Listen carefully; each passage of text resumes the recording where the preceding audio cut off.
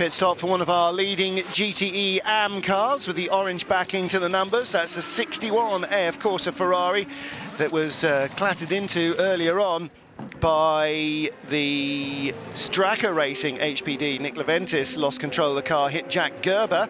Matt Griffin and Marco Ciocci sharing that car. 30-second stop and go penalty for the 45 car for pit stop rules.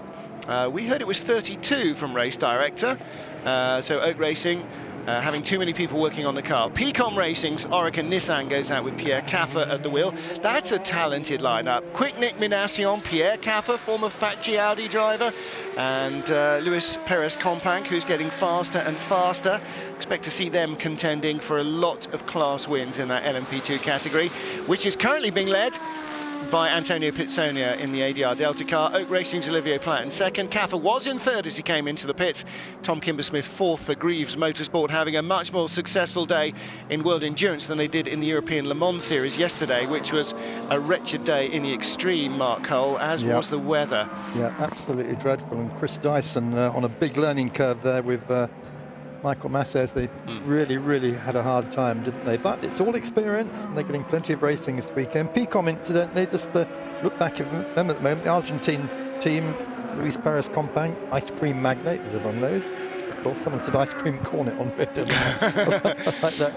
Third in the championship last year, and of course they had a win in Bahrain, which did a lot of good for the team. Really moved them on. This is the stop-go then. Yep. 30 seconds stationary, feels like about a week and a quarter when you're sat there. And again, this is the other side of the brains trust at Toyota. Back-to-back towers of power they've got, checking every single element of the car, including things like suspension damper settings being relayed to them in live time, so you can tell how much damage has been done by the amount of downforce that you've lost or whatever from little contacts, plus things like you might get advanced warning of tyres going down from temperature sensors and so on. And that's, you know, aside from the basic stuff like throttle, brake, steering inputs, engine temperatures and everything else on the car.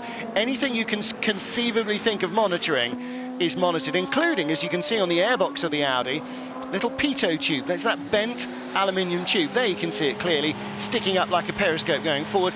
That's what you use on an aircraft for measuring speed. It measures your speed through the air as opposed to across the ground. Why through the air?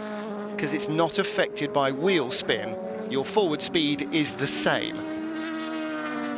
There's the cameras also on top of the roof. We mentioned those earlier. If you're just joining us, they've got 3 cameras on board, 3 screens on board for the driver, 2 which are forward-facing to see around those A-pillars and the high front wings, and the other one looks behind you to see what's going on behind. And anyone who saw coverage of Sebring this year will have noticed Corvette had an ingenious system which showed a car coming up behind how fast it was closing on you, and would identify in red, yellow or green if it was a car that was going to overtake you or one that was you were actually pulling away from. Quite brilliant. Drivers said they loved it, but there's not too many cars that are going to catch you when you're in a Corvette. It may be a GT car, but the fast GT cars, apart from maybe on a track like this, are very hard to get by if you're in a prototype, and extremely difficult if you're in one of the LMP2, one of the less powerful prototype cars. Yeah, a bit of motion in the Audi garage. Are we expecting to see the cars in again quite soon? I think we might be getting up to the hour mark, so this will be the penultimate stop for the cars, perhaps. Well, the last stop for when Alan McNish took over from Tom Christensen was on lap 140. We're now up onto 160, and that was at time at 4 hours 19 into the race. So you might be looking at 22 laps, 23 laps maximum. Temperatures are still dropping. Air temperature just 14 degrees. Track temperature only 15, showing the cloud cover. Tonio Liuzzi looking happy-ish at Lotus, although, honestly, if you put a match to the car, it might have saved everybody a lot of work down there. But, of course, that's not how things get developed. It's a work in progress. Yeah, they ought, you know, I think the mechanics all need a leave me alone, I know what I'm doing badge, don't they, to use a great Lotus quote from Kimi Räikkönen. There is your second-placed Audi, Benoit Trellier. Keeping that trio alive, André Lotto, Ben Trillier and Marcel Fassler. Won Le Mans last year, won Le Mans the year before. And of course, last year's World Endurance Championship driving lineup as well. That's why they have the #1 in the WEC. Car number 2 is the car of Tom Christensen, Alain Minish and Loïc Duval. And it may well be time to keep calm and release the Scotsman out front He is leading and pulling away, now 7 seconds clear of the car we ride with, that #1 Audi. Alan would just love to get his hands on the RAC Tourist Trophy. It's the first prototype race at Silverstone that it will ever been awarded to, and the first year of the RAC Tourist Trophy was 1905. That was a 6-hour race as well. Yep. And it was won by John Napier in a car that no one will ever remember, an Arroll Johnston. Ah, an Arrold with a D, Yeah, Johnston. and that was on the indeed, Isle of yes. Man, by the way, that race. Yep, and they moved from the Isle of Man then to Ards in Northern Ireland. And then it came, well, this is when you're allowed to race on the public roads in places other than the mainland UK. And then when purpose-built circuits arrived in the UK, the Tourist Trophy followed. This isn't going to be the final stop for McNish, is No. it? He's going to have one more splash and Yep. dash.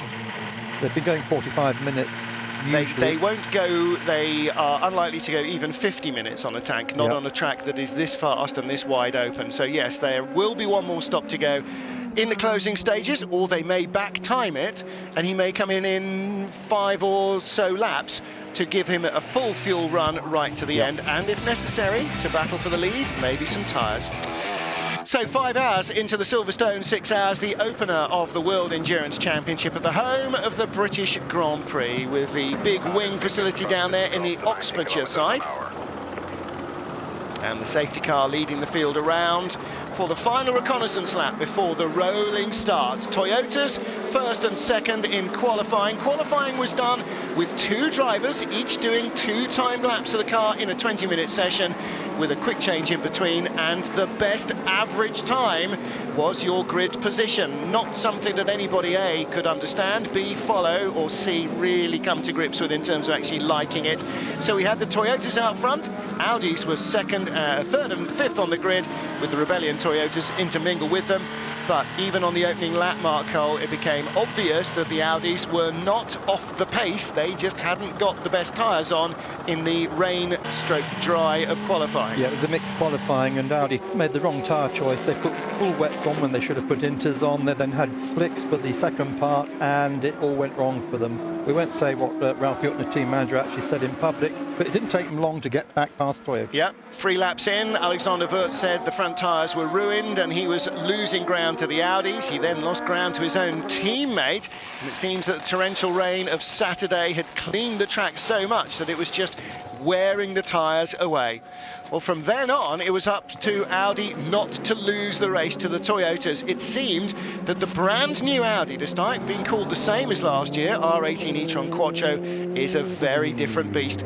Drama for Nick Leventis just after taking over the Stracker, losing the car in a heavy braking area and clattering into a privateer, or an amateur rather, Ferrari, and also for the number 26 car that was leading in LMP2 as rain arrived. John Martin, yeah. John Martin, the fastest man in LMP2, losing ground. And then midway through the 3rd hour, the Toyota being subsumed and put a lap down as the teammates at Audi battle for supremacy. And again, on the wet grass and on the curbs, at your peril, Mark Cole. Stay on the grey stuff, son, that's what it's there for. The rain stayed for a while, and that gave a chance back to Alan McNish to take the lead from the number 1 car. About the other way around at that moment, Yep. but then he took it back again. But of course, McNish leading early in the race, really desperate to get that lead back off his number 1 teammates. Well, the Audis definitely had the pace to match anything else, fighting their way through the back markers, and it was coming down again into the complex in front of the BRDC suite. British Racing Drivers Club, of course, owns the Silverstone circuit, and it was there that he retook the lead from the number 1 car of the double Le Mans winning trio. Well, that brings us back to live pictures into the final hour. And of course, Mark Cole, in the days when we were racing in Group C fuel economy rules, 1,000-kilometre races were the go, and they ended up being 5:25, 5:35 or so on. But historically, the big sports car race at Silverstone was the 6 hours, and so it remains. Yep, so I think we're going to talk to Dr. Ulrich. How did you get that? Let's see. Louise Beckett is in the pit lane. Season, the Audis have been dominant. Yeah, until now the cars are really running well, both of them.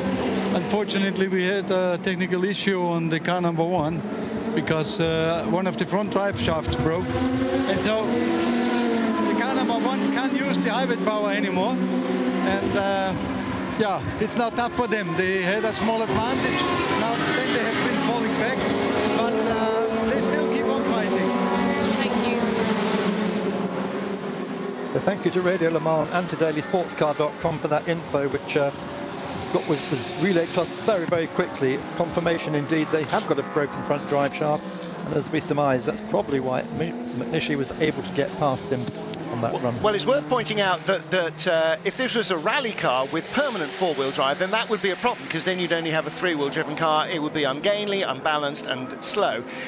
The front drive shafts are powered exclusively by the hybrid motor, and so are not normally used except when you are releasing the harvested energy that you get in the braking area. This is like KERS in Formula One. You generate energy in the braking zone and release it back into an electric motor. Now, in the Toyota, the electric motor operates purely on the back, so if you have a broken drive shaft, it's going to be one of the two driving wheels. In the Audi, it's one of the two extra driven wheels. It takes some of your speed away, but it doesn't limp you round with just one wheel going. So it's not a crisis, it is a bit of a drama, and it's clearly something that they will need to fix, because you ain't going to win them on with a three-wheel drive. What would be a quattro? It would be a tri-tro, I guess. This is close. That bridge just waiting to collect the number one Audi as he ran wide halfway down Hanger Straight. Squeaky bum time for Benoit Trullier, and the only thing you cannot do in that instance is make a quick input with the steering, because that is guaranteed to put you into a spin and into every frangible object nearby. Yesterday, wet grass, that would have been good night, but... yesterday he would have had no chance. He'd have been off into the wall backwards. Very hard there, very hard indeed. Martin, just going to finish off what you were saying about Toyota. Very, very interestingly, Toyota, when they planned their hybrid car, they hadn't decided whether it be front or rear drive for the hybrid. They could have gone the four-wheel route that Audi did. After tests, they didn't. But of course, what happened? On the 2012 car, they still had all the equipment up front for that four-wheel drive. The new car that you're going to see at Spa in a few weeks' time will have a completely reshaped front end, because that's all gone now. And they're able to lower the whole front and make it more aerodynamic. Absolutely right. So they will have a substantially remodeled car. May not look that much different externally, because clearly in a straight line it is a very quick car indeed, and what ain't break don't fix it. But underneath the bodywork, yes, it will have a very, very updated chassis, because basically what they're racing still is the test hack from last year. It's what they came to develop the car with. It wasn't intended to go and win Le Mans, or even, honestly, contend Le Mans the way that it did. Yeah, and of course the other big difference between the two cars, the hybrid systems. The Audi has a flywheel that stores all the kinetic energy, hybrid engine in a Williams flywheel, whereas the Toyota has a huge capacitator, which is a type of battery, which they say delivers it quicker than the flywheel can. But obviously they're coming in from different angles. Horses for courses, exactly. That, as we say, so often there's more than one way to skin a cat, and Audi and Toyota have come to the same problem, but with different philosophies. Big cluster of LMP2 cars here in the middle, the number 24 Oak Racing Nissan, Morgan Nissan. That's easily identifiable with the Dayglow pink on it. Thank you for Oak Racing for coming up with a livery that nobody else would even remotely come close to, although Alex Lloyd's pink Indy car, I always think of that when I see this. LMP2 second place car behind Antonio Pizzoni. As you can see, just 40 seconds back with 50 minutes left to go. Tom Kimber-Smith is third, ahead of Plowey in fourth place, Martin Plowman in the second Oak Racing car, and the new Chinese team KCMG in fifth place. Look at this, Antonio Pizzoni then still keeping Alan Docking's Delta ADR out front at Oreca Nissan. Wouldn't this be a good afternoon for them? Nissan have thrown so much money into the WEC over the last 2 years, more into at Le Mans as well, and it's all starting to come together. Darren Cox is a man on a mission, and he's spotted Delta, and G-Force said, right, this is the G-Drive, this is the team we're going to put our factory money with, and look what it's doing. They're leading. Wow. I wondered what that twinkly noise was. It's so Louise. The 25 car has been in the lead throughout, but you're just saying there's a 30-second gap now, and you're getting a bit worried? Yes, I would like to see it a bit more. I think we still need to come in for splash and dash. I think another 6 laps of fuel. So yeah, anything can still happen. So I would like to see the lead going back up to around 50 seconds. Thank you. See, he's fast becoming a sports car racer. Anything can still happen. You say that on the last lap of the race, and then of course you say, and probably will, but hopefully not to us. See, that's the full concept of being a sports car racer. Anything can still happen, probably will, but hopefully not to us. Now, Ferrari came here hoping they might win this. Tony Villander at the moment, and the number 71 car. And it's not quite going their way at the moment. Aston Martin is still ahead of them, Darren Turner, and in third place now, Fred Makovicky in the second of the Gulf Aston Martins. But Martin, what's happened to Porsche this afternoon? Lying in fourth and sixth places in class. Fourth and sixth, first time out though for this brand new car. And it's not just a kind of rebodied car. In fact, the car on which it will eventually be bodied doesn't exist yet. So it is the 991 version of Porsche's factory GT3 racer, and it is a work in progress very much. Whereas the 458 Italia here, Tony Villander sharing, I'm sure you've seen from the caption, with Kamui Kobayashi. Yes, that Kamui Kobayashi in his first ever endurance race, I think, doing a really strong job. But the 458 Italia is a fully finished car. It's been the class of the field for the last 2 seasons, and it is no worse this year. So this new Porsche with a very different look to it, this is day one for them, really, in terms of racing, and it's certainly going to get no worse. What it is up against is a very well-developed Aston and a very well-developed Ferrari. And when it goes to the States, of course, a very well-developed Corvette. Hello, Doug Feehan, head of Corvette Chevrolet Racing, who's here at Silverstone for the first time ever and loving it, and BMWs and everything else. So Porsche have got a lot to do, but they're the kind of people that get these jobs done.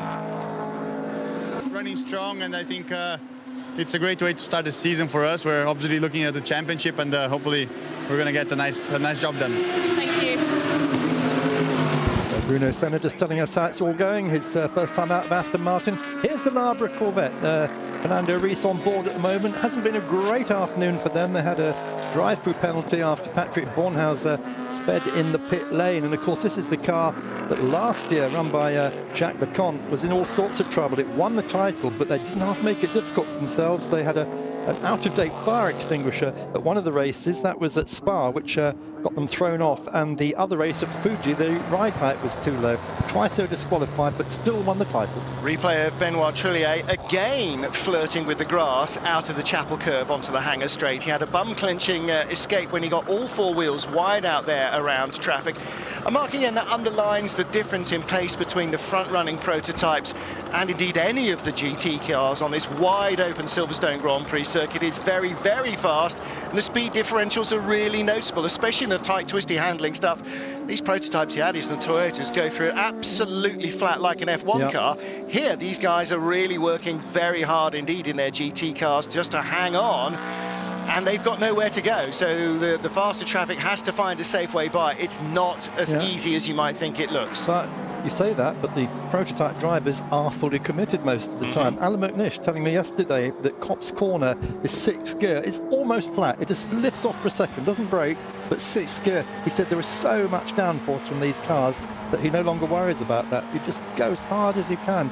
If you come across a GT car in the middle of the corner, right, you have to rethink everything. But in this GT battle with the 8-star Motorsport Ferrari, the orange car, and right in front is the 95 Aston Martin. Christian Poulsen, one of 3 Danes in that car, the only one to have won his class at Le Mans. Rui Aguas, former single-seater racer, has been a long-time GT racer in the GT Open and a number of other places.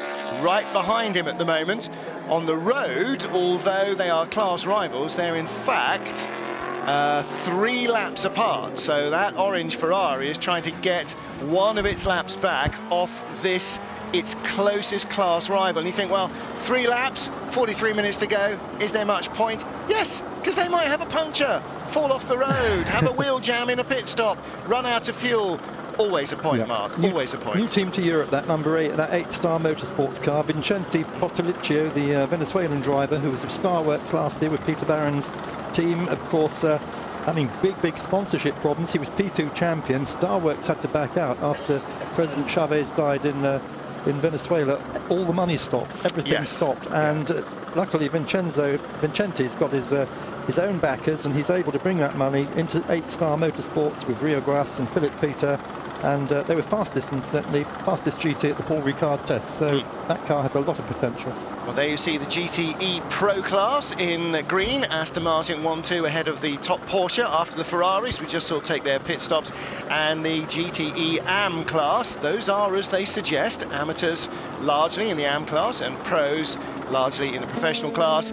Again, Aston Martin leading that. So the Gulf Aston Martin team with 4 cars in the race at the moment are looking at a 1-2 and a victory in the 2 GT classes. Looking here at Alexander Wurz, one of 2 drivers, the number 7 Toyota, currently lying in 4th place. Teammate Nicolas Lapierre, 3 drivers in the number 8 car. That is Anthony Davidson, Sébastien Buemi and Stéphane Sarrazin. Right, we're getting some news here from dailysportscar.com that Lee Negade is calculating that the number 1 car is going to have to stop before the end, as will the number 2. And there's a double advantage Well, to I could have short calculated fielding with that. an hour to go, she says. Yes. Firstly, they get track position. Secondly, the car will be lighter in this Lighter phase for of the longer, race yep. and quicker. Exactly, lighter for longer. That's the thing, is to get as little fuel on as possible, as in everything else. Down pit road comes the number 7 car. This Toyota from 4th place, I just said, didn't I? 4th place on the grid. You can see the rolling scroll continuously throughout the race, showing you the gaps to the leaders and the various different classes. Green is going through at the moment, showing you the GTE Pro class being led by the Aston Martin duo as Alexander Wurz remains in. Doors are often open, Mark, for putting in drinks bottles and so on. And most teams have a drinks bottle, little aluminium drinks bottle in a pressurized system. You plug it in and then the driver can get a drink either by pressing a button or squeezing on the end of a mouthpiece that's in the helmet. And they wind up the key on the side of the helmet to get the clockwork going. Well, that's again. to get the clockwork and the driver going, yes, absolutely. If you forget to wind the driver up, then the whole thing, all the wheels all fall off your wagon. Alex Burt stays on board then, no tyres as you can see. Now, the clever amongst you will have noticed a 3rd name on the door of the number 7 Toyota. It was a Japanese name, Nakajima. Indeed. So I'm assuming that that's not just there for decoration or to keep people happy, but that he will be their 3rd driver, although he is not here, presumably because there is a clash with Super GT. Super Nippon, yeah. What they call Super Nippon now, the Japanese Nippon Championship. He's there this weekend. They're racing in Fuji, but he will be there for Spa with Toyota, and he will be at Le Mans, of course. Oh, lots of smoke. Lots of trouble, usually serious. We should probably say at this stage, this is the number 32 Lotus. This is the car Jan Schu's had all the problems this morning. It caught fire in the pits later after having officially retired. It then unofficially retired, then caught fire, but it's now back in the race again. Now it's trying to catch fire away from the pits where it can hopefully have a nice quiet life with itself. This is the number 92 Manthey Racing Porsche AG. This is the official factory Porsche team, run under the auspices of Olaf Manthey's team at Manthey, and they currently lie in 3rd place in the GTE Pro class. And again, Analdi is off, and this time it's the Nish. Yeah, he's been in the water. You saw mud and stuff spraying all over the car. Why was he going off? Well, again, weaving through traffic. In comes the number 1 car, which is our race leader at the moment. Well, Trellier's been off onto the grass twice. Clearly Nishi thought, well, if he can do it, I'm having a go at that rallycross. It looks quite fun.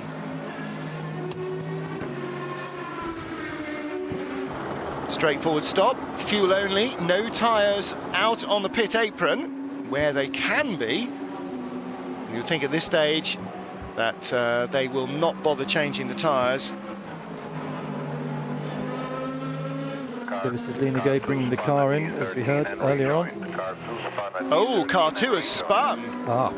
Eduardo Freitas, our race director, telling us what the cameras hadn't quite caught. They will have a replay of that, I'm pretty sure. Of course, we were on board when he was just picking the car up, so that will presumably... T13, I'm assuming, is the Chapel Curve. I don't have numbers on my map, but it'll be down there somewhere. So that takes the pressure off Ben Trellier in the number 1 car, who came in, and his teammate should have gone whizzing by. It is the Beckett's S's, in fact. 3rd, 12, 13, 11, 12, 13, 14. Well, Paul Martin. So McNish was only 4 seconds ahead at the time of that spin, so presumably he's handed the race back. Only 4 seconds behind.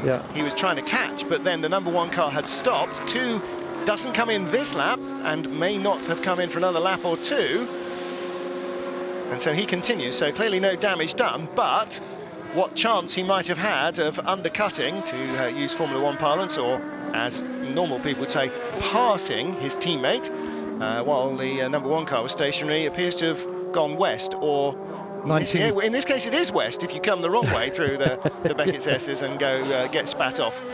But of course, the bizarre thing about this circuit is top half's in Northamptonshire, the bottom half's in Buckinghamshire, so careful where you have your accidents. Yes, absolutely. Careful where you want to build your new pit buildings. So moving on from there. This is the number 8 Toyota, all over the back of car number 12, one of the 2 Rebellion Racing Lola Toyotas. Now, are we seeing a replay of, well, it wasn't a very edifying replay. I thought perhaps we might have been seeing why McNish went off. It will undoubtedly have been traffic rather than a momentary lapse of reason. There's no obvious damage at the front, so... Door open. Checking something just to the left of the driver's ear roll. Now, that's where the Audi drinks bottles and so on go. He clearly doesn't need any more. You can see a little red bottle, a little blue bottle in there. Tyre change. Right sides only? Yeah. Really? No, they're doing the 2 men working on the car only tango. So you're right, we are seeing a change of lead as the number 1 stopped. In fact, he had handed over the lead, so this was the leader when he spun. Yeah. He's going for 4 tyres, and there you see the number 1 car trying to find its way around the Felbermayr Proton Porsche, one of the GTE AM cars, and how difficult it can be. We think of Grand Prix circuits, Mark Cole, as being very wide and roomy, but when you're doing 198 miles an hour and the car in front of you is only doing 158, actually it's not that wide. Yeah, and I think the reason they've changed tyres is these big heavy cars, you spin these cars, you flat spot everything in sight, and so he wasn't going to go for another 35 minutes on the basically square tyres. Well, that'll be their final stop, you've got to think. 35 minutes should just get them to the flag, and again, as we heard from Lena Gade about the number 2 car that she's engineering, the new leaders again, get them, she's engineering 1, I thought she was staying with the winning team. Oh, she's engineering the 1 car. 1 is the winning team. I beg your pardon, yeah, sorry.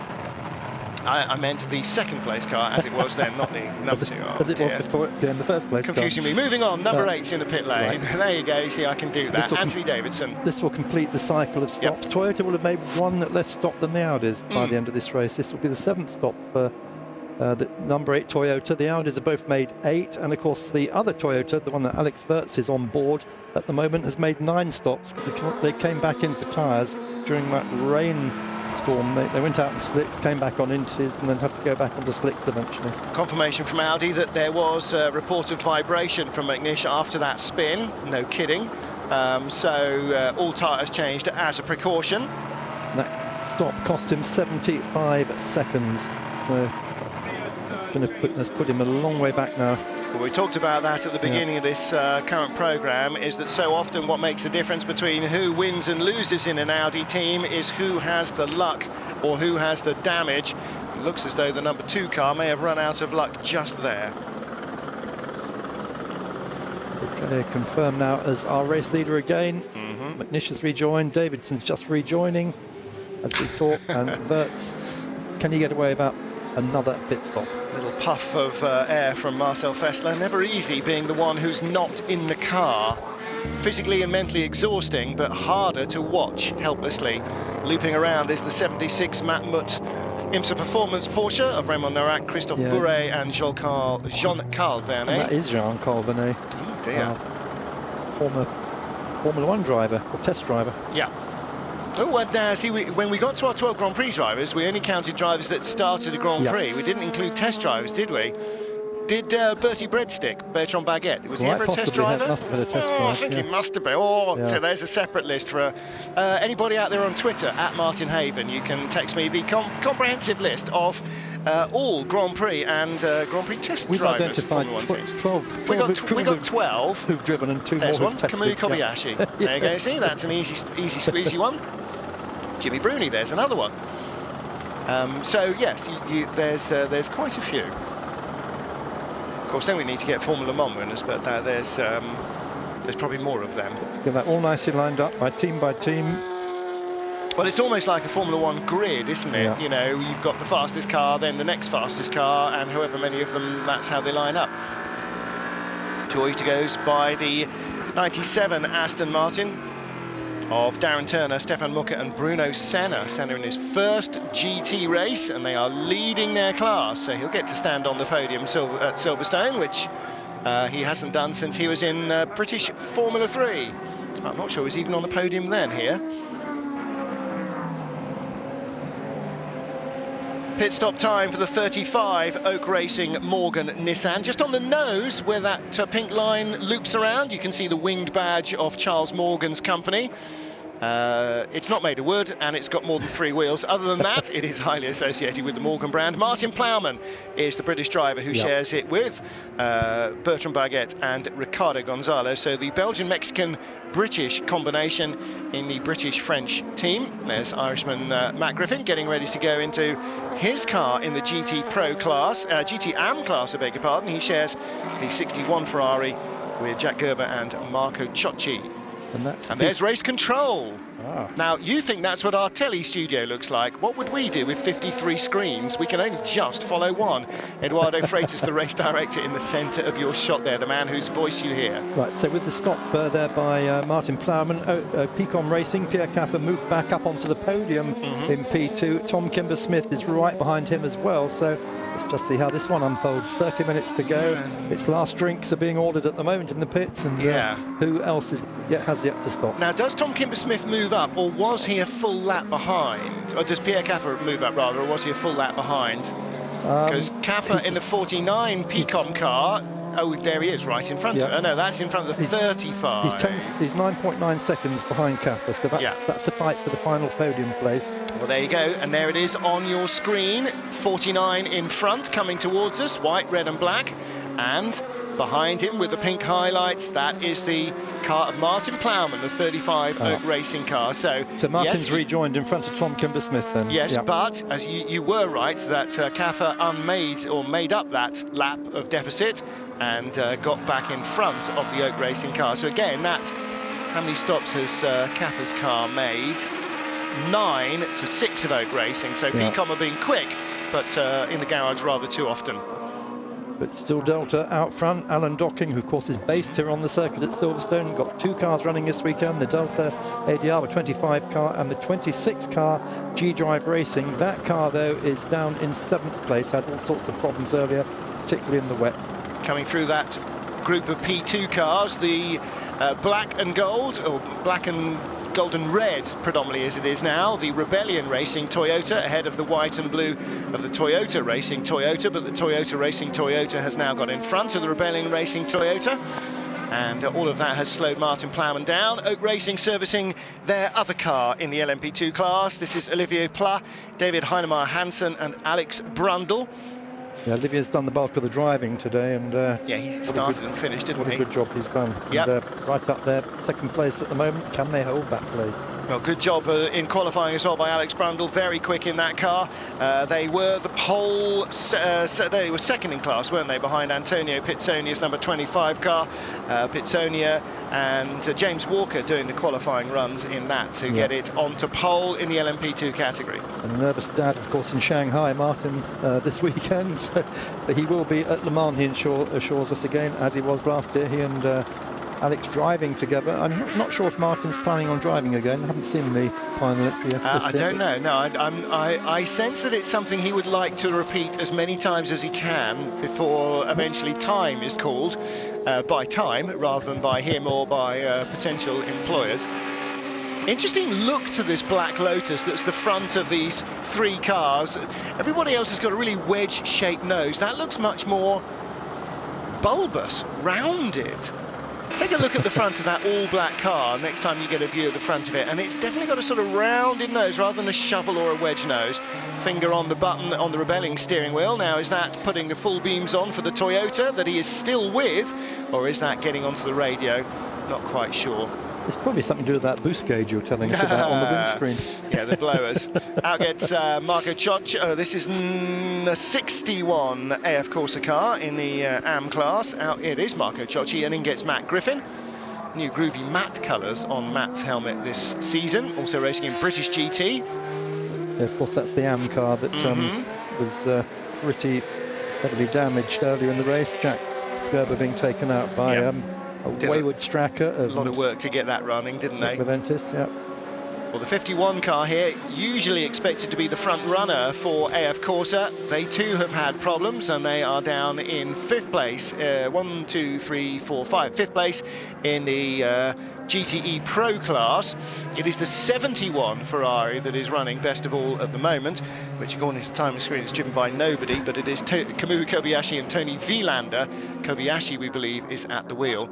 And how this has all worked, there you go, as he goes across top screen. How this will work is on the driver's helmet, they've got this traditional little sort of curly radio plug that you plug in, but on the end of that, the plug-in bit has got a big tubular component, which is in fact a transponder, and each driver's transponder has a unique identity, so when you plug your radio in, it should also power the transponder that tells timing and scoring, and hence me and Mark, who's in the car.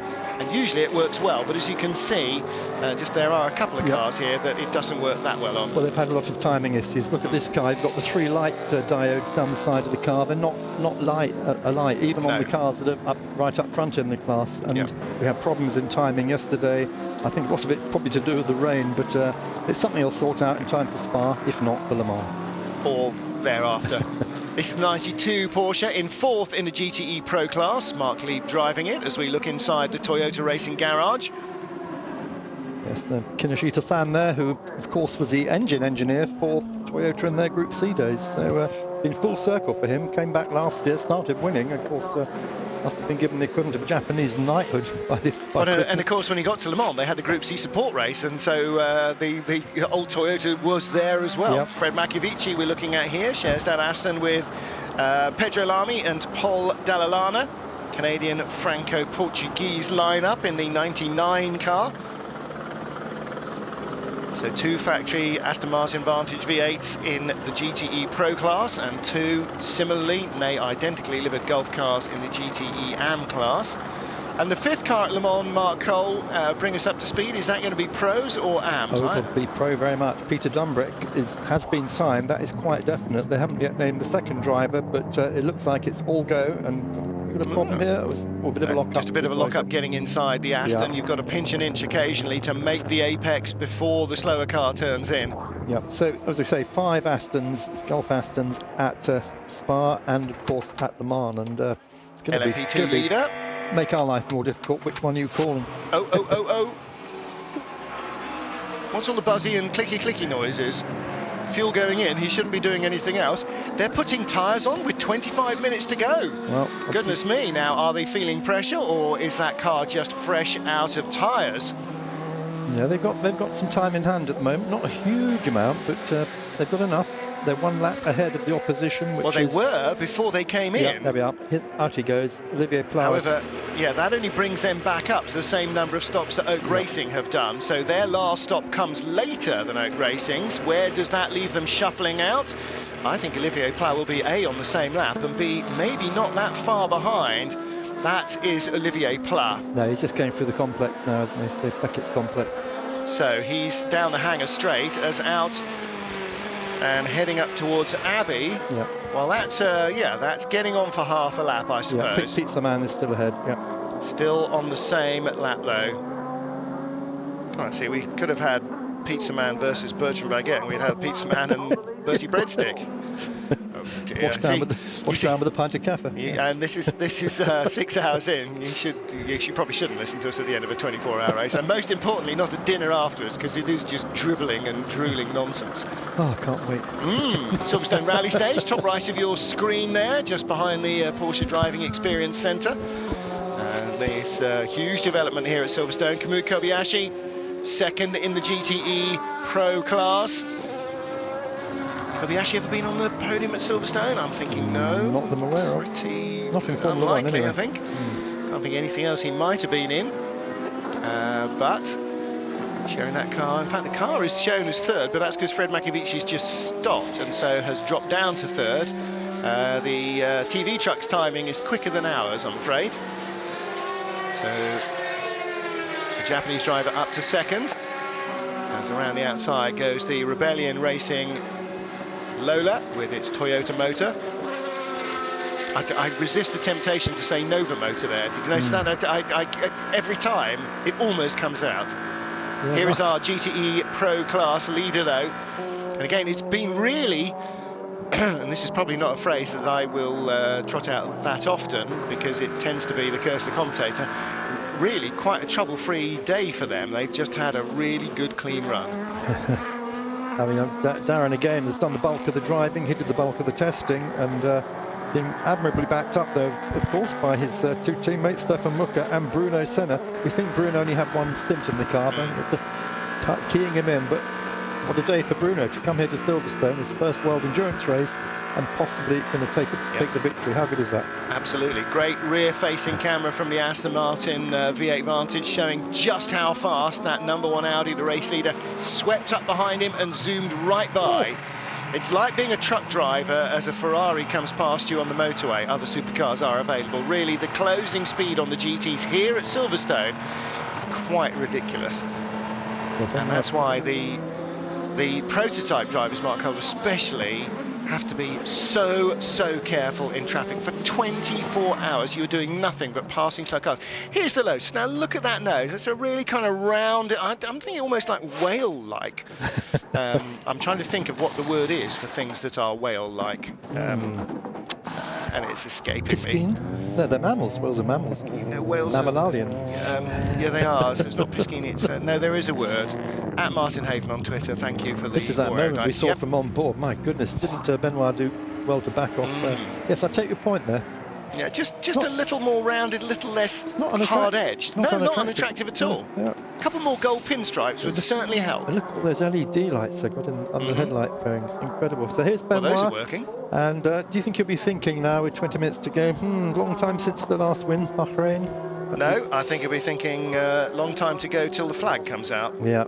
So 3 wins they had last year, this team. Le Mans, of course, Silverstone, they won here, and they're going to do it again if all goes well, and then Bahrain. But spare a thought for Alan McNish and Tom Christensen. No top of the podium since Sebring last year. Gap's coming down. Yeah. Pulled 4 seconds in the last 4 laps. Not room for 14 laps at that rate of closing, and a 14-second margin remains. So they'll need something else. But as we heard a little earlier from Tor Graves, anything could still happen. That is your race leader. He's still got 20 minutes of getting by slower cars in awkward positions. Yep. That's the 49 car right in front, by no means a slow thing.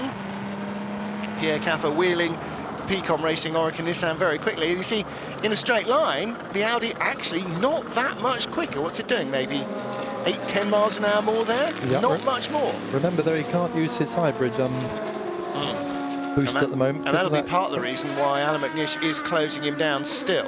Yeah, it's still 1 lap the gap, though. Yep.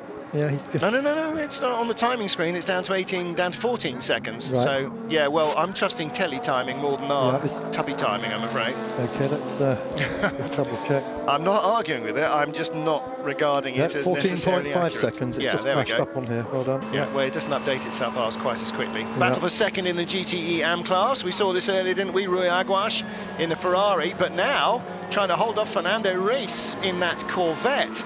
So the Labra competition car suddenly arriving. Aguas took the position in that orange Ferrari. You're looking at him on board at the moment. The Portuguese working hard. The green and red of Portugal on his helmet. This is warming up. Yeah, Fernando Reis, the Brazilian, really closing in hard. Now look at the rear wing on that yellow Corvette. That is the 2012 factory wing the Corvettes had, because this is a new car from 2012. Their last year was an 11 car. This is one of the cars that ran at which was it? It was at Petit Le Mans. This is where this car came from. So it's about as up to date as you can get without becoming a year. The car is from car. GM Racing's preparation specialist Pratt & Miller, and the boss of GM Racing is here as well, Doug Feehan, head of Corvette Racing. Ollie Gavin is at the circuit as well this afternoon, one of the factory Corvette drivers from the US, of course, so successful over the years in America and at Le Mans with the Corvettes. So what they're doing, they're data gathering with this car, of course, ready for Le Mans, and of course the big thing at Le Mans is Dodge, the Vipers, coming back to take on Corvette. So Corvette can do all they can to gather all the information they can before June. Last lap for Fernando Reis in that Corvette, 2:03.1, as against a 2:04.7 for Rui Aguas in the Ferrari. 1.6 seconds doesn't sound like a lot. It is if you're only 4 seconds in front.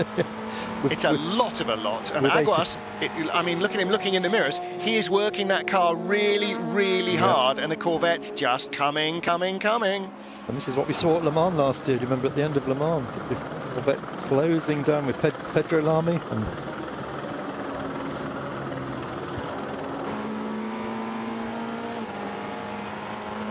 on board with Rui Aguas, out of the Chapel Curve, down the Hangar Straight. The race leader, the #1 Audi, has gone by the orange Ferrari that is battling for second place in its GT class. Final pit stop for Rebellion Racing. Incidentally, if you're wondering what that tubular thing on the left of the dashboard is, it's a blower to blow, I was going to say cool, but I don't mean cool, do I? I mean really hot air over the driver. Not that they're trying to keep him warm, but just that's the only air in the cockpit.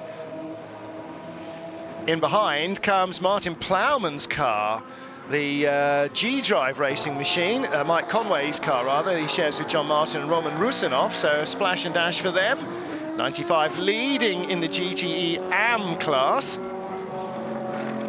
And that is the one with the red windscreen strip, as opposed to the one in front which has an orange windscreen strip, which is all but indistinguishable. Unfortunately, they're in the same class as well. They're not different classes, so there you go. Now, 49 car is in. Where had they got to? Had they got to second in LMP2? They got to third, hadn't they, in the pit stops? And I suggested that maybe Oak Racing, having stopped earlier, these guys might have owed them a pit stop, and so it would appear. So is that another change there? well, that's the 10th pit stop for that car. Yeah, and 26 Mike Conway at the wheel. That's their 6th pit stop. So all sorts of action going on. Got the screen up to date. There we go. Well, there's the 35 car that is now in 3rd place in the LMP2 class, I think, because he is in Luffield, isn't he? Yes. Another Aston is in, and that is our GTE Pro class leader. What are they doing at the back? Tape. He's been hit by something because he hasn't reversed into anything that I've seen. They are taping the back of the car on. Well, they have got a margin for error, and they don't want to be penalised for stuff coming off later. They had a lap on the lead Ferrari. 88. We haven't spoken much about this Porsche, the Proton competition car. Christian Ried, Gianluca Roda and Paolo Ruberti. Paolo on boarded at the moment. Well, Darren gets back out into the fray there. It is down on board still, I guess, 97. Yep. Yeah, you would think so. Didn't see a driver change. Yep. And it is the 51 Ferrari that is chasing them. Jimmy Bruni. In fact, he's not, is he? He's in 4th place in the class. It's a 71, identical looking car. Just having gone past the Krone, the green Krone car, which Nick Johnson is now on board. So Nick Johnson sharing that green Krone Racing Ferrari. That's one of the AM class cars as well. 71 car in 4th place in the GTE, 2nd place rather, the GTE Pro category. And again, the difference is the green car is a year-old car, although it doesn't seem to have made a huge amount of difference between the two. No, Ferrari haven't made a massive step forward from 2012 to 2013 cars in the way that Porsche have, but it is only the factory Porsches, the Olaf Manthey racing cars, that are the new car. Everything else we believe on the planet that is racing in GT3 is a 12 car. Great on-board shots there of the rev going past, and of course, if we had a mirror, you'd see it is full of a yellow Look Corvette how close, now. yeah. Yes. You can see the Corvette there. This is a battle for second in their GTE AM class. You can see that the gap has come right back down again. We are, what, a second and maybe change there? 1.8 at the line. Yeah. I'm saying again, that is less than 2 seconds by some margin. That's not 1 second now. So Fernando Reis is closing hard, and a quarter of an hour just under to go. Going 3 wide. LMP2 cars around the Ferrari there. That's tricky through cops, isn't it? Yeah, well, so often busy here. Of course, the GT cars stop a lot earlier and a lot slower, if you like, than the prototype cars, who hit the brakes much harder for a much shorter period. So they're still wide open on the throttle when the GT guys have got both feet on the middle pedal, struggling to get it slowed down. And then out of the Beckett's S's, out of the Chapel Curve, the GTs getting consumed by these prototypes. 35 goes by with the pink highlights. And still the battle is on. 0.9 of a second at the last split, and you think perhaps the Corvette got held up a little more in the Beckett's S's. And again, look at this, 3 different classes. And in fact, all 4 classes represent, no, 3, because those are 2 AM GTs, but 3 different classes, P1, P2, and GT AM there. And again, just a great helicopter shot, Mark, of how you're getting this projectile to somehow thread its way through all these slower cars that are all stopping and accelerating at different times. Right rear puncture, 51, 61, that is the amateur car. We just saw Matt Griffin take it over, what, 5 minutes ago? Yeah. Oh dear. So that might be maybe his 2nd or 3rd lap in the car. Right rear flat, no damage. So he's found some debris somewhere, or the tyre has just luckily there's the blown a valve or something. Just coming in, hasn't got too far to go. No. Well, his final 15 minutes is eventful anyway. Theo Kaffer then still on board the 41. Was that Pete 41? Yep, that was the 41 car, Greaves Motorsport car. Tom Kimber-Smith. Sorry, that Tom is still in 4th place.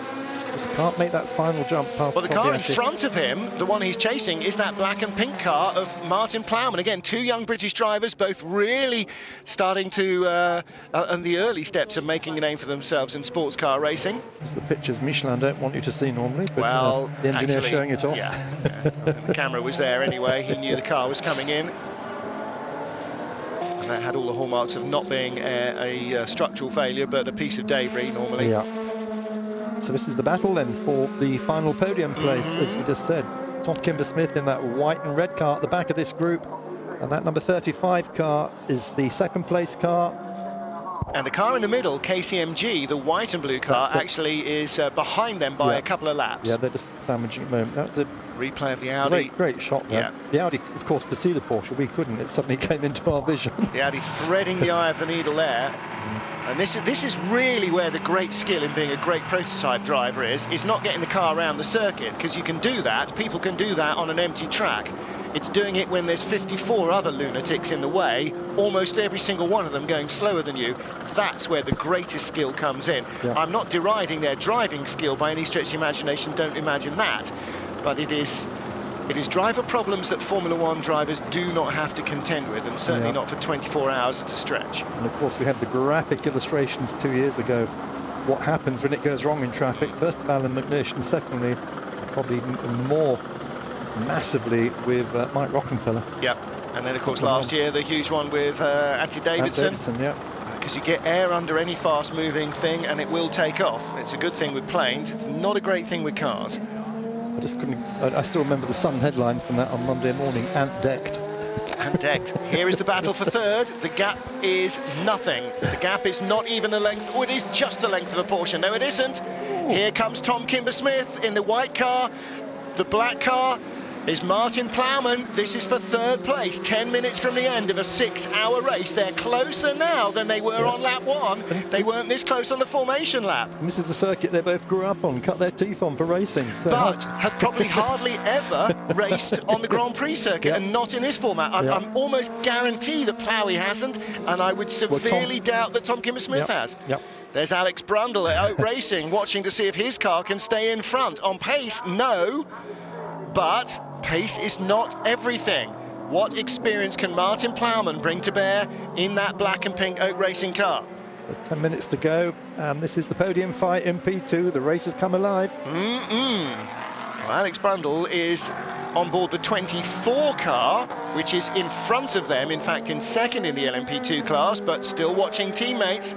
You're rooting for your team to stay in front, because then you'd have 2 Oak Racing Morgan Nissans on the podium, as opposed to just the 1. Well, Kimber-Smith has really got his teeth into this battle in that red and white Greaves Motorsport car. And Greaves, if they had a wretched day yesterday, and they did, they could really do with some salvation from Silverstone, and a podium might go some way to helping Chris Dyson and the rest of the Greaves team forget what was a horrid, horrid day yesterday. Great shot looking back from the Aston again. This is the class-leading GTE Pro car of Darren Turner. Past they go. Of course, the big thing is the power isn't that much different between LMP2 and GT Pro. So. It's all down to weight and brakes. Yep. The GT cars carry more weight and have less brakes, respectively. And of course, the aero doesn't give them quite the grip in the corners. But yes, you're right. Between a prototype Nissan engine and a thundering V8 in a Corvette, or the Aston Martin that leads that GT class, there's not much in the way of power difference. The gap was 0.3 of a second last time over the line. We don't need to tell you that. You can see it. Exactly. See the Audi drivers there watching with great interest, not just their cars, but all the other battles as well, because racing's racing. That's why they're in this stuff. Yep. Benoit Trellier leading in the #1 Audi from teammate Alain McNish in the #2 car. The gap is 9.6 seconds and 8 minutes to go. It's come down from 14 seconds with 15 minutes to go. He is closing. Look, 2.5 seconds on that lap. Don't forget, the #1 Audi leads. That is nothing like what it says on my timing screen, which is 9.5 seconds. That is 2 seconds tops. Don't forget, the #1 Audi has not got its regenerative drive to the front wheels. It is not a quattro, it is a duo. But the #2 Audi is closing. He's going to be on him at the end of the hangar straight. We could see a change for the lead if the #2 car gets safely through this three-way squeeze with the Lotus and the Porsche. Now, just before the brake board for Stowe, Alain McNish can get all that power harvested, and as he comes out of Stowe, wham, on it goes. Watch how much he closes in on the one car as he comes out of Stowe. But it'll be through the Vale, and then especially when they get out of the Vale, because there's a brake harvesting area right now where they are in the braking area at the end of the Vale, and once they come round Abbey and start to really pour on the power, out of club corner rather than pour on the power, change for third. Greaves get in front. Tom Kimber-Smith, great move down the Old National Straight, which is that's the Wellington Straight now, isn't it? And into Brooklands. So good move up to third. Now on board with the #1 car. It's our race leader. And he's been held up there. He's been held up. And there's the battle badly for third place in GTE AM, and he will be doing much less speed than he wants to. Of course, Alain McNish can't get by either. No, but he's got to get on the juice. Here we go. Let's have a look at see where Alan is. Come on. Coming down towards Brooklands, down the Old National Straight, and they're hidden behind the Corvette. Comes the #2 car. He's got the lights flashing. The Ferrari gets to the apex. McNish will go outside, inside, and there is the gap. It is down to less than a second now between the teammates. 6 minutes to go. Mark, this is ridiculous. 6 hours in, 6 minutes left, and we've got a race on our hands for the lead and for half a dozen other podium spots. Yeah, I just noticed there that while Marcel Fassler's still glued to the screen, his other teammate, Andre Lotterer, walked out of the picture. I can't watch. Yeah, Andre's doing the can't look thing, isn't he? On the right-hand side, top right is McNish's view. Top left is Benoit Trellier's view as he comes out of the Beckett's S's. Oh, Alan. Nothing in front of him. This is good news. Every time he sees a car, it's bad news. But here comes McNish. McNish has got more power. He's got better grip. He's got quattro, whereas his teammate has not. And now it is about winning this race. 5.5 minutes to go. And the two Audis, as close as they've been almost at any stage. Nish flashing the headlights at Benoit Trellier, just in case he wasn't aware. He's there, and the Corvette's caught the Ferrari, and is now looking for a way through, and the Lotus may get in the way of all this. The Ferrari, Rui Aguas, desperately trying to defend the inside line. A big lock-up from Aguas. And that's more than tyre, is it? Or is that... No, it's contact. He got hit by the Corvette as he braked early. That's tyre rub. The Corvette's still trying to get through. He's got a Toyota up his backside, the Corvette driver. And that tyre is not going to last 5 minutes for Aguas. He's got massive tyre rub. Unbelievable. Hindhoff in the background on the circuit PA going as mental as I am as well. And Aguas, that's a real shame for that team, because they are going to need to do something about that in the pits. He's going to have to do at least another 2 laps. Yeah, there's nothing at Fernando. And a change for the lead. Sorry, Mark. Change for the lead finally. It had to come. Has Alain McNish got his hands on that tourist trophy at last? He's been talking about it all weekend. There's still 4.5 minutes to go. It is still not over. It's not over until he passes the checkered flag. It was a rhetorical question. It was, yeah. Fernando Reis, will the race director be looking at that? There was a collision. We saw it as they went through the dip, and Reis is still behind the Ferrari. Has he given the position back? Aguas goes off. It's a puncture. Left rear puncture for the Ferrari, and that was always going to happen. Will there be a penalty for the Corvette? No, I can't see that there was, because I think the Ferrari was in trouble braking there anyway. Leaders on the hanger straight inside the final 4 minutes. Car number 2, Audi. Car number 1, Audi. That's the lead battle, as close as they are. But despite all his efforts in the number 1 car, Benoit Trillier, we heard from Dr. Wolfgang Ulrich that it's lost one of the front drive systems from its regenerative hybrid energy system, and that hobbled it compared to the number 2 car. Mark, again worth mentioning that so often the difference between these Audi teams has been who's had the car that didn't break, and this time it seems to have been the number 2 car. Number 1 a little out of luck, but if that number 1 car is a broken car, I'll have one. Yeah. look, he's not giving up. I think the Toyota drivers would like one as well. They're a lap behind in 3rd and 4th. Yeah. Flags being prepared. So Alan McNish then leading on his home race after that Tourist Trophy. Just 3 minutes of racing left to go. Well, Audi UK's Martin Pass said this morning that Alan McNish was going to win. Clearly he'd already written his press release. I think the headline may remain the same, but the meat and drink of it will have to be slightly rewritten. Here is the pass for the lead. Nothing to do with the Porsche. Trillier just not able to use that extra hybrid power. Mark Cole, Alan McNish in the number 2 car was, and he got through as a result. Yeah, and it's not just the power, of course, it's the grip you get from 4-driven wheels. That's the other important thing. Round they go, round Luffield, and it's all over. Bruno Senna, everyone else just watching us, they're absolutely thrilled. Stefan Mucker as well. Wow. Bruno Senna, of course, thrilled to watch this car, his car, for the first time ever, heading towards victory in the GTE Pro class. Dave Richards there with the beard. The familiar boss of Pro Drive and Aston Martin Racing, Pedro Lamy, and his teammates in their car. Fred Makovici at the wheel, Paul Dalla in the pits with them. They were in 2nd place there, on the podium in 3rd at the moment, with only the 71 AF Corsa car between them. Yeah, and the important thing, of course, for Aston Martin is this is a back-to-back win after Shanghai last race of last year. They said this is it. We're ready for next season now, and here we are. That's always nice, isn't it? Blue flags wave, 1 minute and 43. Next time round it will be the checker at the end of the 6 hours of Silverstone. Alan McNish leads from Benoit Trillier by 1.8 seconds. In the LMP2 class, Antonio Pizzonia for ADR Delta ahead of Olivier Pla for Oak and Tom Kimber-Smith for Greaves Motorsport, and Orica Nissan, a Morgan Nissan and a Zytec Nissan, the top 3 cars in LMP2.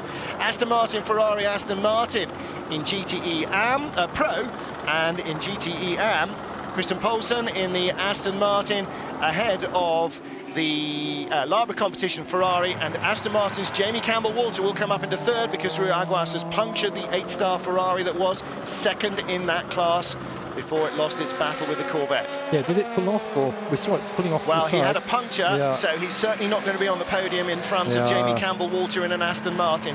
That much I can tell you for free. So Aston Martin in GT Pro, what a boring race they've had. Well, Aston Martin 1st and 3rd in GT Pro. Looks like they're going to be 1st and 3rd in GTE Am as well. Final seconds counting down. Again, through the Beckett's S's. Look at the car. It's like Scalextric. It just corners on rails. And one of the freakiest things about these Audis, and especially with the hybrid, is that a lot of the high-speed corners, all you hear is the tyre squeal. Yep, I went out there on Friday afternoon, and that's all you could hear, and just occasionally transmission. Absolutely. You hear the gears chunking up and down. You just hear the tyres working like Bilio, and it just underlines what a racing tyre does. 12 seconds. Slow down, Nishi. Cruise. He's going to have to do another lap. 7. No. What timing this is going to be. 4, 3, 2, 1 as he comes out. 2 seconds after the time is up, he wins the Silverstone 6 hours. He will take the Tourist Trophy with Loic Duval and Tom Christensen. It's an Audi 1-2. No wonder they're looking happy at Audi Sport Yost Racing. Toyota's number 8 takes a podium spot in 3rd place after qualifying in 2nd spot on the grid.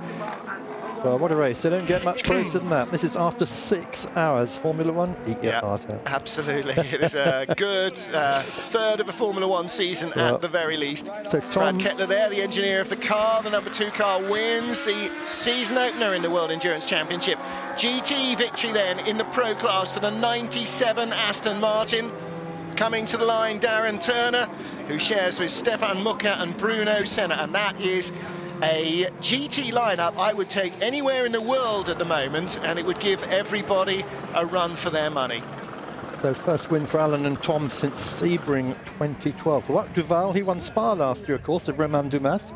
in the third Audi they were running, so he's actually the more recent winner of the trio, but this bodes well for their Le Mans campaign. Well, also sweeping through is the number 25 ADR Delta car. Antonio Pizzonia is at the wheel of their Oreca Nissan. They are going to take the LMP2 win, and in second place in that class is Oak Racing's Olivier Platt, the number 24 car. Tom Kimber-Smith takes third place in the class for Greaves Motorsport, and the GTE AM winner has just crossed the line as well. Christian Poulsen in the All-Danish entered 95, and they will also take third place. There's Lena Gade, whose car has finished in second place. Louise Beckett's down in the pit lane. I gather she has a GT class winner. In fact, a first-time ever GT class entrant. So we'll see if we can catch up with Bruno Senna in a moment. Bruno Senna? Yeah. Bruno Senna. Bruno's, oh no, Tom Christensen, that'll do. We were told Bruno. Tom will do nicely.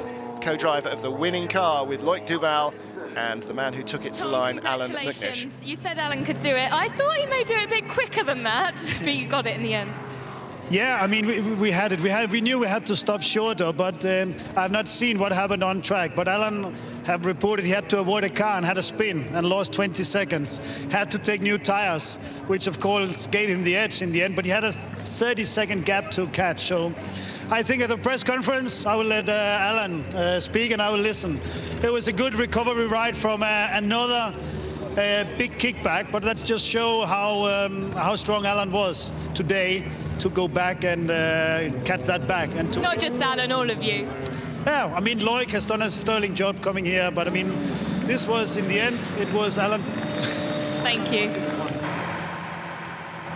Well, never unstinting in his praise, Tom Christensen, of his teammates, but Nish will be delighted with that win. Car number 2 comes to place number 1 in Parc Fermé. Alan McNish, Loic Duval and Tom Christensen, winners for Audi. Their teammates Andre Lotterer, Benoit Trillier and Marcel Fessler take second. And the number 8 Toyota of Anthony Davidson, Sebastian Buemi and Stefan Sarrazin take third. And Alan McNish, largely unfazed by winning the Tourist Trophy. A proud member of the British Racing Drivers Club as well as the Scottish Racing Drivers Club. And the RAC Tourist Trophy, one of the best trophies in motor racing, no question. He's got that monkey off his back. 13 months since the last win, he's got the monkey off his back. And he's probably saying to Benoit, I'm so sorry, mate, but...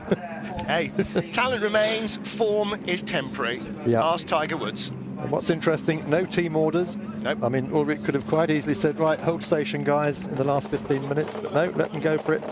There's Martin Pass in the Audi jacket. And a quick word. And Davidson just congratulating. Absolutely. Alan He'll be very pleased for Alan as well. They're rivals out on track, but there's no question that these sports car racers are close friends when they are out of their cars. As we mentioned at the top of the programme as well, Alan had a big day yesterday when his protege, Harry Tinknell, won the opening round of the European Formula 3. He's been mentoring him for the last year. Tinkers. Absolutely. Really excellent. Couldn't get much better for Alan, could it? Absolutely. Good. Well, there is the Parc Fermé, all the rest of the cars coming in, the Halt and the Lame, and Rui Aguas, the orange Ferrari, is there. We'll have to update the timing and scoring screen. I can't imagine he finished on the podium. Ralf Juttner from Joest Racing, and there's Ant Davidson. Wash still shown as second, but let's just see. Mind you, our timing screen is showing the race is still live, so we'll not necessarily go with that. A pointy finger from Alan McNish. Let's hope he's not resorting to having his teammate off and ignoring team orders in the future. It looks like the 8-star car did actually manage to make the podium, but only just. May have done. Aston Martin with Christian Poulsen in the red jacket, that. Eva Maria Veit, the head of PR for Audi's racing programme. As everybody else heads in to go up to the podium. And let's just have a word for Alan Docking as well, of course. I mean, look, the whole clan is here. There's Dindo. Dindo's here. His dad is there. Kelly in the background on the right-hand side. Alan's kids are there as well. Manuel Pirro's here as well. All the retired Audi drivers have come along to cheer them on. Well, it is a big start to the season for friends and family. And, of course, Le Mans is the huge... gravitational pull for all of these people. I don't care what form of single-seater racing you're in, you may not be considering it, But Le Mans and Indianapolis, they are names that nobody can get away from. Yep. And all these guys, so many of them, have come into this form of racing to make a living racing, but also because of those two words, Le Mans. And that's what drives the rules, the class, the whole structure of this 6-hour race at Silverstone and the World Endurance Championship. What's next year going to look like? That's going to be interesting. Porsche come on board. Will Nissan have a P1? Will the next round of the Honda World have a Endurance P1? Championship is in Spa. Au rouge, Rallyon. No fear. Emotions. Speed. Blanchiment. Be there. See you in Spa. La Source. Spa was fantastic for us last year. With 3 Audis on the podium. But Toyota wasn't there. And this year will be in Spa. To know who will win, be there. See you in Spa. We will indeed see you in Spa, an awesome venue for the second round of the FIA World Endurance Championship on Eurosport. Well, of course, Spa was the venue for Bruno Senna's first ever prototype drive as a sports car racer in his hiatus between GP2 and finally getting a Formula 1 drive, and it's where he will make not his debut but his second race in the GT class. So that's going to be entertaining, and so much more to think about with the new Toyotas especially. These guys can't wait, I'm sure. Bruno, of course, going to Spa as a winner in the first round now. Well done, Bruno. And also Alan Docking with Delta ADR. What an afternoon for them. They had 4 wins last year, just missed the championship, but they've started off on the right foot. Nissan put their money right in the right place. Absolutely they did. Well, the team's gathering in the pre-podium area. No staircase of talent here, but nevertheless, plenty of talent on the podium. Plenty of excited Audi team members down at the bottom. Yeah, Wolfgang Ulrich obviously delighted with the afternoon's spurt. They came here thinking Toyota would be a big problem for them. I think the bigger problem is going to be at Spa when they got the new car there. Toyota were a big problem for them, there's no question about that. But they didn't have the race pace of the new Audi. Will the new Toyota, though? There are your third place team, left to right, Stefan Sarrazin, and Davidson, and Sebastian Buemi. In second place, Andre Lotterer first on the steps, followed by Benoit Trellier and Marcel Fessler. And our race winners, Tom Christensen, Loic Duval, and the man who took it to the line, possibly the happiest man on the podium, Alan McNish. This afternoon certainly proving he's the best endurance racer on the planet. Ralf Güttler joins them for the German national anthem.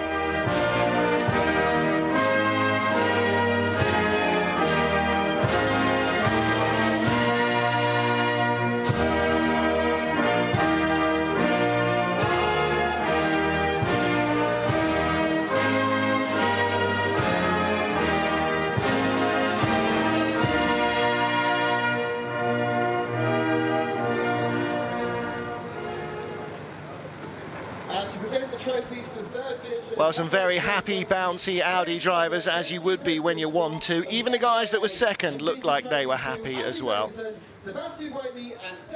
Trophies being presented to the third place drivers in their Toyota. Sebastian Buemi there. First time on the podium for him in an endurance race. Nick Damon from Radio Le Mans doing the intros for the radio and for the crowd here at Silverstone. Lindsay Owen-Jones, president of the FIA Sports Car Commission.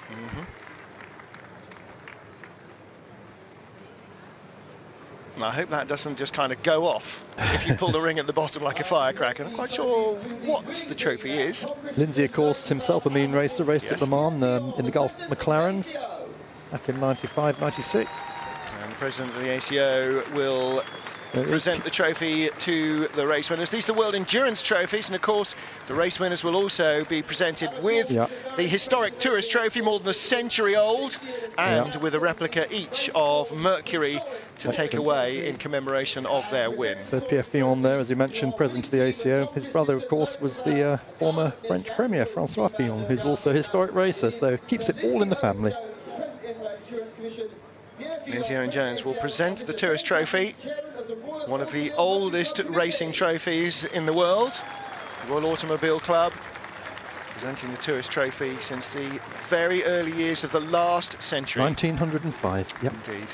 There it is. There it is, fabulous looking thing, and that winged figure on top, Mercury, the messenger of the gods, and of course Wingfoot from Goodyear Tyres. They will all receive, there you are, the little mementos, the mini Mercuries. So now, the champagne! Oh my word, and the Audi boys are slow away at the start of this. Yep, don't drop that Not trophy. previously pre-prepared, and suddenly they get busy with the fizzy.